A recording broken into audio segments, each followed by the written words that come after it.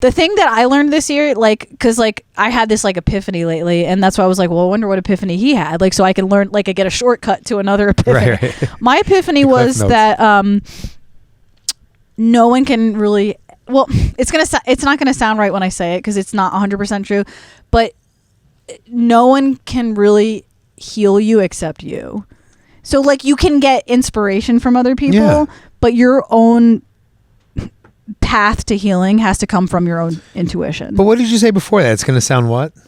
It's going to sound like it doesn't make any sense because it's... I think it makes perfect. It makes all the sense in the world. Well, like, okay, so... See, that's an example of you. Of doubting myself. You just said something that makes perfect sense. Yeah.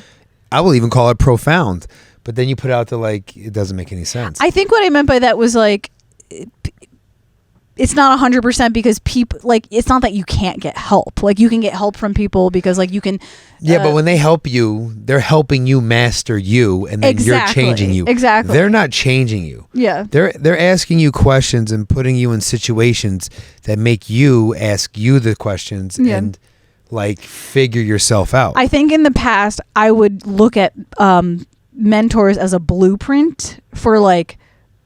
They like mentors had the blueprint for me to follow, and I had to find the right piano teacher or the right therapist, and they would give me just instructions to be the person I wanted to be. And I finally learned that, to no fault of their own, they're going to be wrong about some things because they don't really 100% know what's best for you, and they don't know. Yeah, they don't know. Yes, all the stuff that's in your brain. Yeah, and that's like a major epiphany that I had this year. I was like, holy shit, like.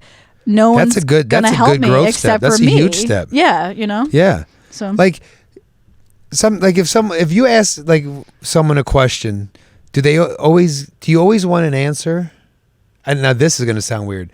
I guess what I'm saying is, like, if you ask someone a question, would you want them to tell you the right or the wrong way to do something, or would you want them to, like, provide you with a thought or a path for you to determine what you think is right? think in the past I wanted like when I would go to therapy, like, we would talk about stuff, and like then we would go down these questions, and he'd be like, well, what's the cause of this?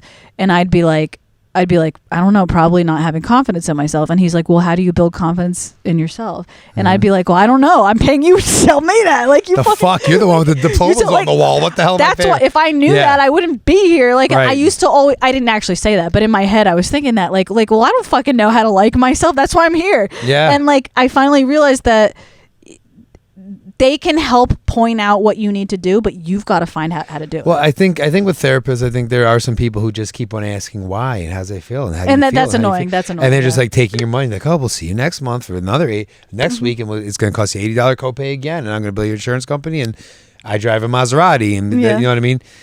But sometimes people will put you in a position where you have to think it out, and then you may realize there's not even a right or wrong answer. Yeah. It's just like, you ever had someone has anyone ever asked you, like, how should I feel about that? Have you ever heard someone say that? Or like, how would you feel about it? I do that. I ask people that. It's like, why does it matter? Why does it matter how I feel about it? Yeah. Like, you know? And so the reason why I say it is because like my girlfriend, she'll talk, and a lot of times I'll just kind of like pose a hypothetical. And she used to think I was kind of like blowing her off and like being an asshole. Yeah. But it was like to say this, to like think about how you're thinking about what you're thinking about. Yeah. You know what I mean? And then you realize maybe there is no right or wrong answer, and it's a feeling thing. Yeah. But I don't know. It's kind of like, I don't even know how I got on that subject, but that's... No, I understand what you're saying, like, completely. It's like a lot of... There is no right or wrong answer. A lot of it is just like how you want to perceive it. You can kind of make anything true based on like how you want to perceive it. Yeah, for most of the questions in the world, if it's not like a mathematical based question, there's a scientific fact. It's about how you feel and how you want to feel. You know, and so many times we turn to someone else to be like, how should I feel or make me feel? And it's like, no, dude, you're in control of that. Yeah, you know what I mean. And I think that's a big step. I think that's a big step. That's why I do believe in free will. Like, I do believe that people have the power to make decisions. Like, not everything is fate, not everything is destiny. No. Sometimes I do believe like things are synchronicities and like weird coincidences. I do believe that. Yeah. But I think for the most part, the human mind is really powerful.